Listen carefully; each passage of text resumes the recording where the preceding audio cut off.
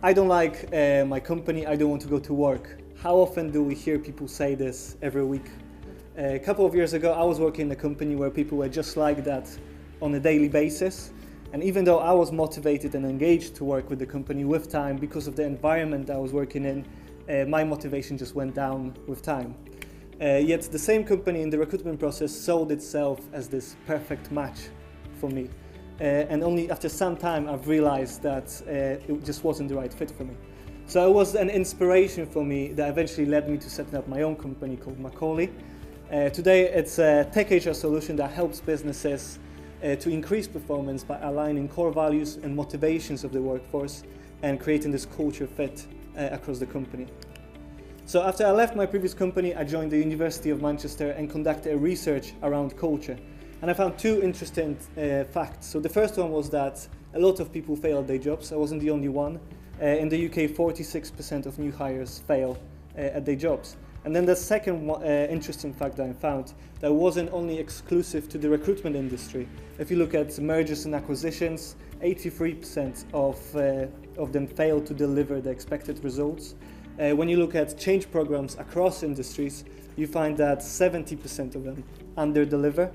And then looking further into why have we got this high ratio of failure, we find that the majority of the time, people don't fail because of their hard skills, but because of their attitude. I don't like company culture is one of the top reasons for new hires to leave work.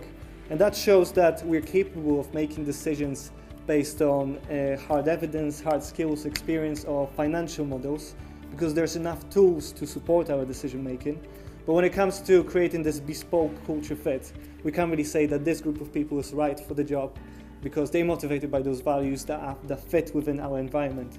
There's just not enough tools to support these decisions, and then as a consequence, businesses suffer financially. Having done the research, I decided to create a solution.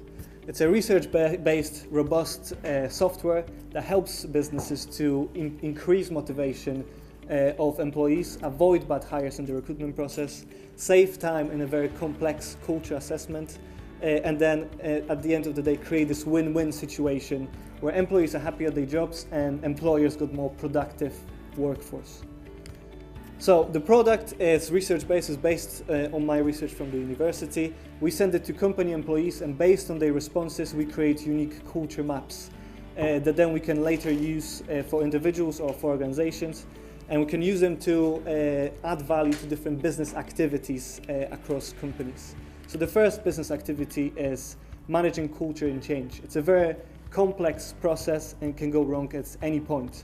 Through mapping the company culture, we're able to identify the key aspects of the company and then inform the strategy, identify gaps and opportunities to make more effective strategy to manage this change, and also bridge the gap between the leadership and the employees. The second business activity is team collaboration. Most of the time when people don't get on with each other, it's often rooted in the misfit of values and culture. So we help to identify personal motivations and then feed the information of what motivates people within the team, so then they can make more educated decisions and increase the team engagement. And then the third one is the recruitment. So once we create the unique culture map of a company, then we can offset it against any new individual coming to the company. So we screen candidates, measure their own individual motivations and see how well they fit within the existing culture. And now I'd want to share some of the good things that has happened to me since I joined the Innovation Optimiser in February this year. So the first thing that I'm the most proud of is the team that we managed to create. Once I finished the university, it was just me within the team, and through extensive networking I managed to motivate two amazing individuals to join the team and support our development. So Dan, he's a tech specialist, goes on BBC Breakfast sometimes, so you might know his face. So he supports us with our marketing. And Sandy is our non-executive director. She mentors me, helps us with our business development, and she's a well-known figure in HR industry. The second thing is the awards. So we've been honored to receive a couple of awards that supported us financially and strategically as well. The people that we work with, we managed to work with some amazing companies that recognize that we add value to their services, and this is why we are already revenue generating. even though we only set up the company in January. And we also established a couple of strategic partnerships with recruitment agencies and HR consultancies, so that we work together to add value to all of our clients. So the Innovation Optimiser, as you can see, there's a lot of different companies that it supports, and the reason why they can support such a diverse group of companies is because their services are very diverse as well.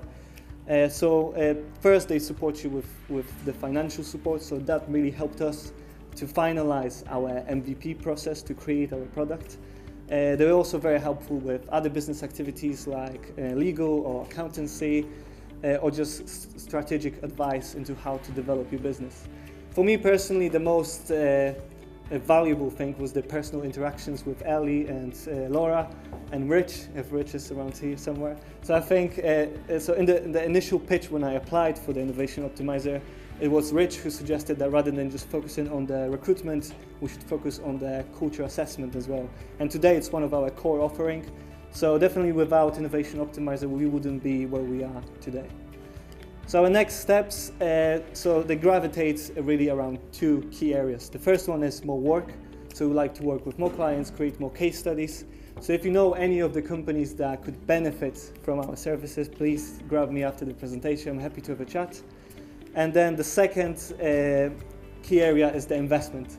So towards the end of the year, we're looking to raise our seed investment. If you know any investors who would be interested in investing in Macawly, please do get in touch as well.